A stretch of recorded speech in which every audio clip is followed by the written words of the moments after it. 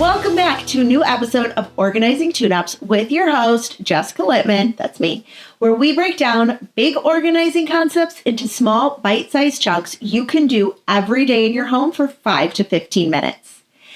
We are kicking off season 3 with a topic I personally am very passionate about, and that is mindfulness when it comes to organizing.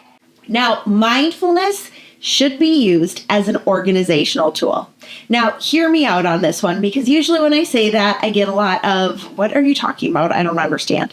So when it comes to mindfulness with organizing as a tool to help you organize and declutter your stuff, we really want to start thinking about the emotional aspect that goes into organizing and decluttering. Like typically you could start organizing because you feel overwhelmed. You feel the clutter is too much. It is just going over your head. It's stressful, all of the things, right?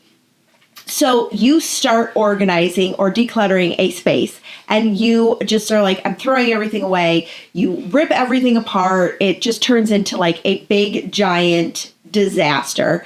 And then the overwhelming feeling of what have I done starts to sink in. So the idea with using mindfulness as a tool is to use that before you start organizing.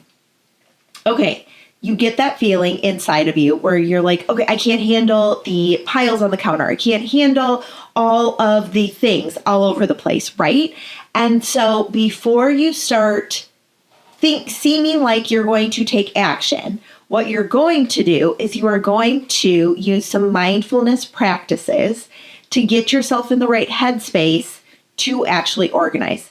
Now, these are a bunch of different techniques. You find which mindfulness practice works for you.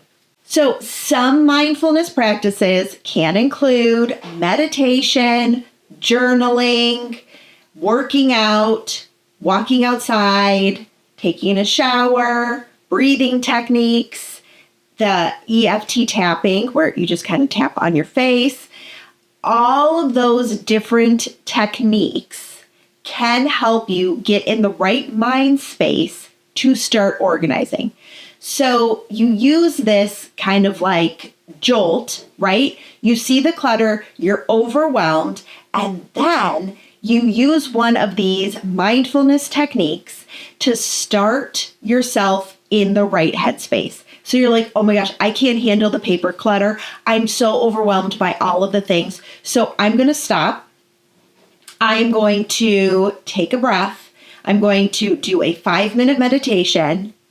And now I can tackle the clutter. Now I can tackle the coat closet. Now I can tackle whatever it is that you feel you need to tackle in order to reduce the uncomfortable feeling that you are feeling in your house.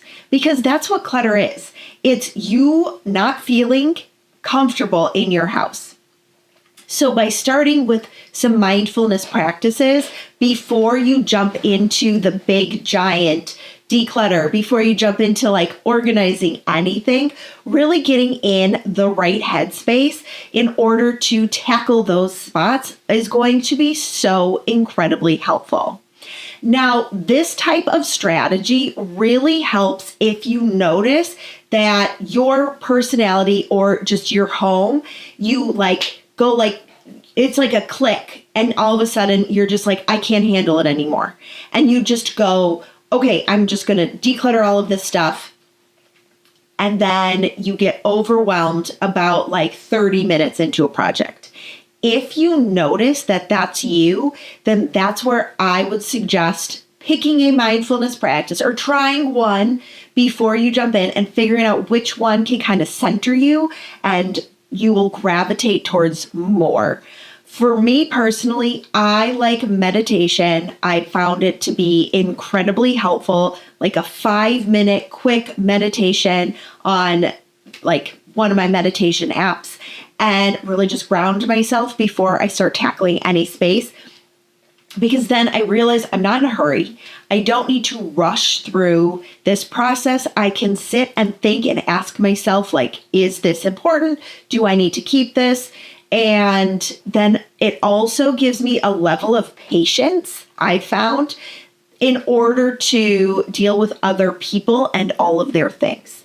So for me, I choose meditation first. Sometimes if it's like a sentimental item or, we're going through other people's stuff, I will take time to just kind of journal. I have some journaling prompts that I use or just kind of like write feelings or thoughts. And sometimes those feelings and thoughts turn into like stories of a particular item. And that story is far more important and meaningful than the physical item itself. So I found that like by journaling over some of these items, you can take a picture. Now I have this beautiful story, and you can create kind of like a memory book, a scrapbook of items without having to physically hold them, because the story is what you're holding on to by holding on to that specific item. So finding a practice or practices before you jump in is seriously going to help you with organizing and decluttering as you go along. So if you are the type to just kind of like jump in to any organizing project and then find yourself like super overwhelmed basically instantly, then try this strategy and see how it works. So let me know by commenting on this video. So comment below if this strategy has helped you or not, and which type of thinker you are when it comes to organizing.